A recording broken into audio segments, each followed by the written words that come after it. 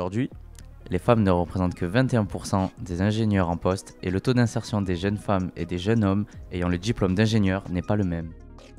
Je m'appelle Lisa Bibou, je suis ingénieure en qualification matérielle, donc ça fait un peu des gros mots. En réalité, je travaille dans une société qui fabrique des détecteurs de radioactivité. Mon parcours d'étudiante a été assez hétéroclite, donc j'ai fait une terminale S, donc on était déjà 2 filles, ça fait pas beaucoup. Ensuite, je savais pas trop vers quoi j'allais, donc j'ai fait un DUT mesures physiques qui est assez généraliste. J'ai décidé de me lancer dans une licence aéronautique et j'ai eu l'occasion de rentrer en apprentissage chez Dassault Aviation.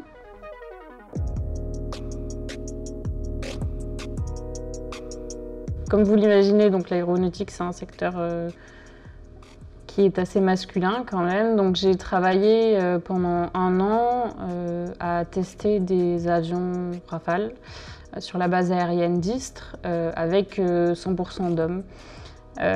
Donc ça peut faire un peu peur comme ça, mais en fait en réalité ça s'est très bien passé parce que je doutais pas de mes capacités à le faire et que personne autour de moi n'en doutait non plus.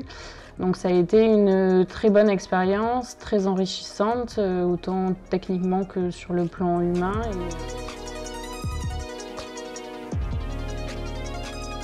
J'ai continué sur une école d'ingénieur en apprentissage toujours, dans le domaine de l'électronique et de l'informatique industrielle. Donc on est toujours sur un secteur assez masculin quand même.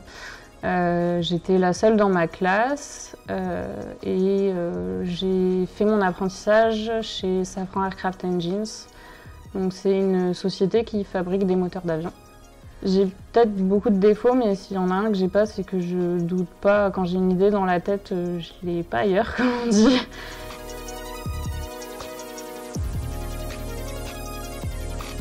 J'ai fait les choses comme j'avais envie de les faire et c'est vrai que des fois on est soumis un peu à des discriminations bêtes. Par exemple, quand je travaillais sur avion, la première fois que j'ai pris un tournevis, il y a des personnes qui sont venues me demander si j'avais besoin d'aide.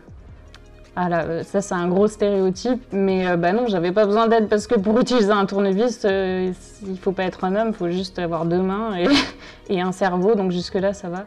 Si je peux donner un conseil, en fait, c'est faites ce que vous avez envie de faire et pas ce qu'on vous dit de faire ou ce que les stéréotypes ancrés dans la société vous conseillent de faire. C'est pas de votre sexe qui détermine ce que vous êtes, c'est qui vous êtes.